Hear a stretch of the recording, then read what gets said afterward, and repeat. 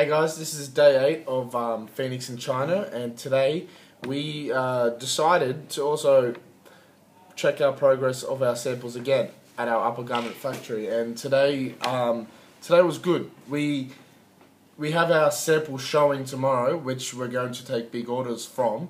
But from today, I guess we looked at all the factories that were making samples for us, and there were 2 factories that we did today. So one is a good example of terrible, and 2 was an example of how they actually get in it and how they actually help each other move on. So I guess we'll start with the first factory we went to, and that was the boat shoe.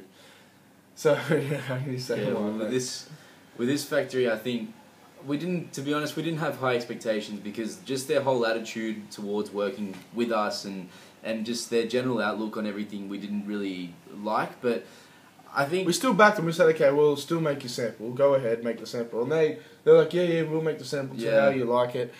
And it just shows the difference today. So they ended up making our sample for the boat shoe, and it was just straight away.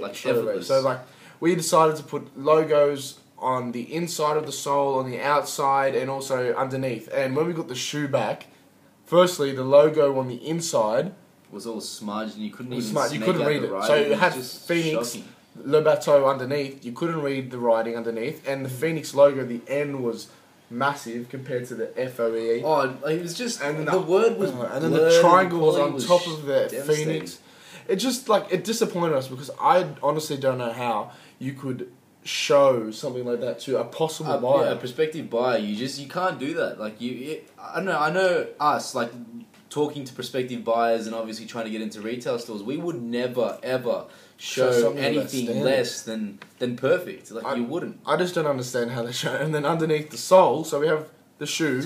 The sole was not aligned to the shoe, which is another thing that and our logo on the sole was crooked. And then the FC, the debossed FC was just we debossed on the leather, and they fainted it. They couldn't be bothered doing the whole thing. They didn't do the deboss properly. So you'd see the F, and then the C was just faded out.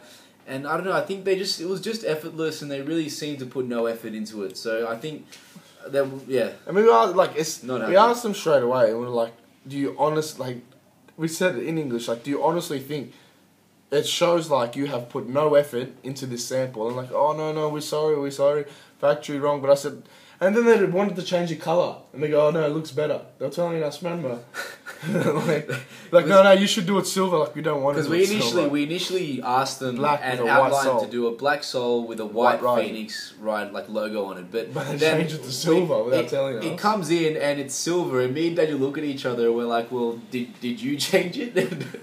and then they're like, no, most customers they get silver, and I'm like, well, we're not paying you to design a shoe. We want you to just do what it is make it to specs. Because some of the factories are lazy and they couldn't be bothered doing what we said. Oh no, we can do the white now if you want, but silver's better. Trust me, silver's better. No, we don't think silver's better.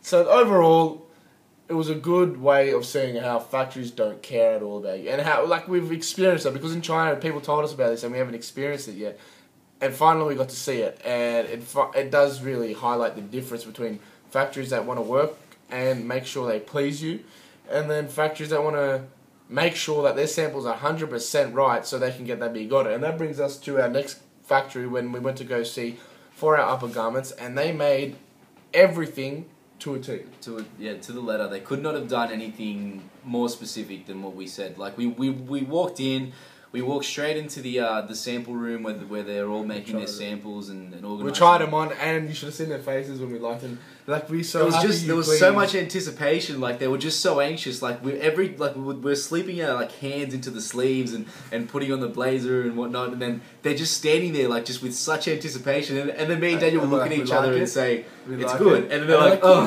Yes. They just finally take a sigh of relief and just they're just so happy that they've given us something that we like. And I think that shows the difference between a good factory and just a factory that just does not care at all. See, with this factory, they made us 3 samples for free just to make sure it fit our specifications and our guidelines. I think without telling us. This is another example of making friendships. So we've developed such a close friendship with one of the people in sales, like the head of sales, that she personally set out to check all of the samples and make sure that these samples were made 100% to our specifications. Because she was like, I made sure I checked personally that it was up to your standards. So yeah, that's right. She went out herself. She checked the samples the first time after we'd left, and she said no. So according to her, she said that they made 2 different samples because she didn't think they were good enough for us. So in saying that, had we have done this over the internet, this would never have happened. You definitely have to come. That person would never have gone out of their way to check up on it if they didn't see a friendship, or if they didn't feel I don't know, the incentive to go up and do that for us. To please you, to make sure that you actually do like what they've made. But all in all, it was